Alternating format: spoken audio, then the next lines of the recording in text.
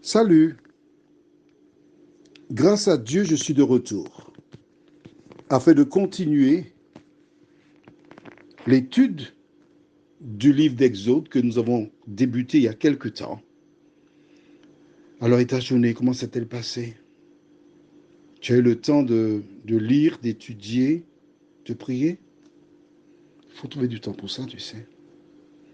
Et quelles que soient les difficultés, les soucis que tu rencontres, avant de commencer ton activité professionnelle, prie pour demander à Dieu l'aide. Même si tu es crack, recherche d'abord la présence de Dieu. Ce soir, nous étudierons Exode 3, versets 18 et 19. Mais juste avant, prions. Notre Seigneur, notre Dieu, nous venons vers toi une fois de plus, afin de te louer, te bénir, te salmodier, te rendre la gloire qui t'est due. Merci pour tout ce que tu as fait pour nous. Cet esprit, merci de nous conduire dans toute la vérité et nous aider à grandir en toi, au nom de Jésus et pour ta gloire éternelle. Amen.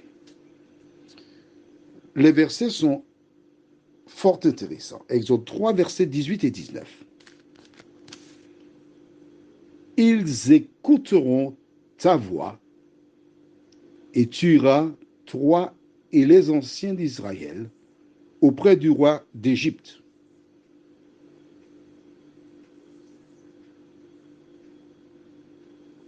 Et vous lui direz, l'Éternel, le Dieu des Hébreux, nous est apparu.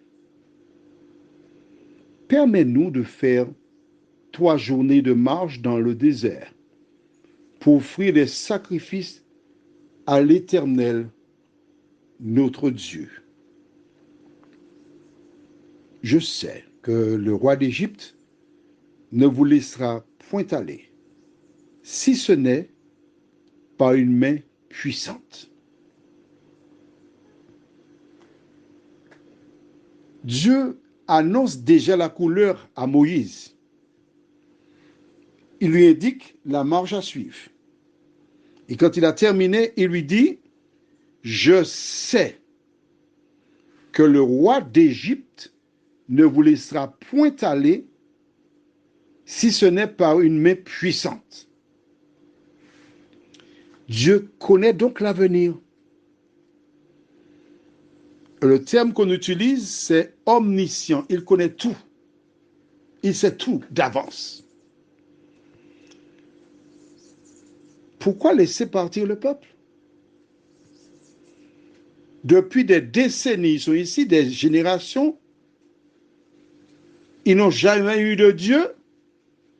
Et s'ils avaient un Dieu, est-ce qu'ils seraient esclaves? Mais non. Le seul Dieu qu'ils ont, c'est le nôtre. Je devrais dire les nôtres parce qu'ils avaient beaucoup de dieux. Pas question qu'ils partent. Non, non, non. Mais qui fera le travail? Ils vont offrir des sacrifices à Dieu? Mais non. Le seul Dieu qui compte, le seul qui existe, c'est le nôtre. Parce que c'est lui qui nous a donné le pouvoir sur eux. Ce sont nos esclaves. Ils n'iront nulle part. Ce matin, j'ai été pour une démarche pour l'une de mes petites sœurs. Sa mère se prénommait, on la surnommait Mémène. J'étais aux impôts. Et pendant que j'attendais mon tour, j'étais un peu fatigué. Le sommeil gagnait mon être. 2 personnes âgées, 2 dames, ont commencé à parler des hommes. Ah, les hommes sont méchants. Ils ont fait ci, ils ont fait ça. Ils battaient les femmes. Elles ont parlé. Alors, j'ai mis un tout petit peu de piment. Oh, papa, on a une. Mais j'étais à terre, on riait. J'ai dit, ben d'accord, mesdames, vous avez raison. Avant, il y avait des hommes méchants. Mais il y a toujours eu des méchants des deux côtés. Maman, maman, les dames m'ont dit, ah non, les hommes ont fait ça. Mon papa a fait ça, ma maman. Et elle n'avait pas droit à la parole.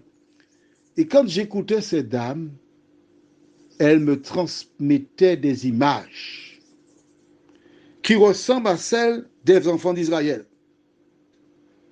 Maltraités, humiliés, dénigrés.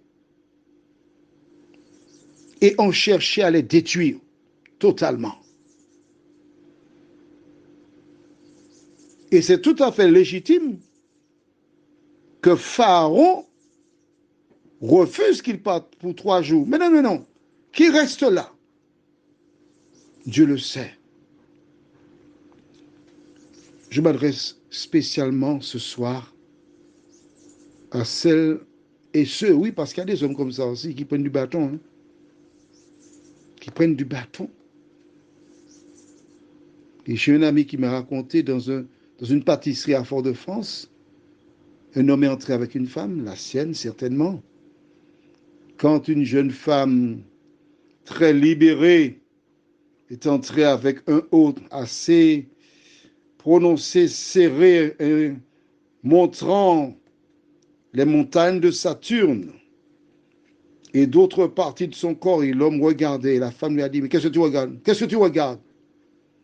L'homme n'a pas eu le temps de réfléchir qu'il a pris une gifle retentissante. Oui, il y a des hommes qui prennent des coups.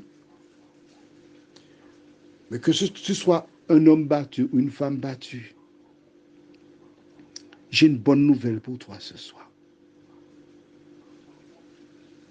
La bonne nouvelle, c'est qu'un jour, l'Éternel s'occupera de ton dossier.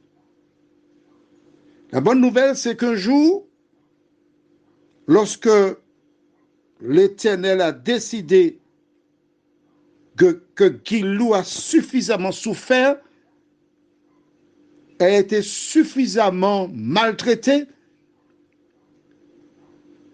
elle est comme Abigail, 1 Samuel 25 de la Bible, tu vas lire l'histoire. Dieu s'occupera de Nabal pour la délivrer afin qu'elle devienne l'épouse de David qu'il attend. Mais oui,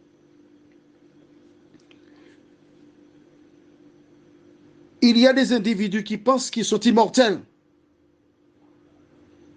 Mais je voudrais te dire qu'aussi longtemps que tu recherches la paix, aussi longtemps que tu te confies en l'Éternel,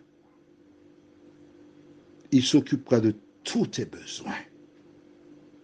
Il sait que ce ne sera pas facile. Mais si c'est la mort seule qui te délivrera, il le fera comme il le fit pour Abigail. Tout ce que tu as à faire, c'est d'attendre en silence le secours qui vient de l'Éternel. Prions. Seigneur, à travers cette lecture, nous découvrons que ce n'est pas facile. Que l'ennemi est toujours à l'œuvre pour retenir les enfants de Dieu. Mais tu nous invites à prendre courage. Tu nous invites à ne jamais perdre l'espoir, l'assurance qu'il y a un Dieu dans le ciel qui voit toutes choses, qui sait et qui en son temps libérera celles et ceux qui se confient en lui. Seigneur, il nous arrive souvent de douter. Et comme tu dis toi-même, lorsque Satan attaque à Job, les épreuves, la souffrance, parfois disposent les gens à faire le mal. Mais Seigneur, même si le juste tombe 7 fois, il se relève parce que tu lui donnes la main. Merci de continuer de veiller sur toutes les Abigail et les hommes battus, Seigneur. Merci d'agir et de démontrer que tu es vivant et tu fais encore des miracles aujourd'hui. Que ta paix et ta grâce nous accompagnent. Nous t'avons prié au nom de Jésus pour ta gloire éternelle. Amen. Je te souhaite une bonne nuit. En te rappelant que Dieu connaît l'avenir. Fais-lui confiance. À demain soir, si Dieu nous prête vie.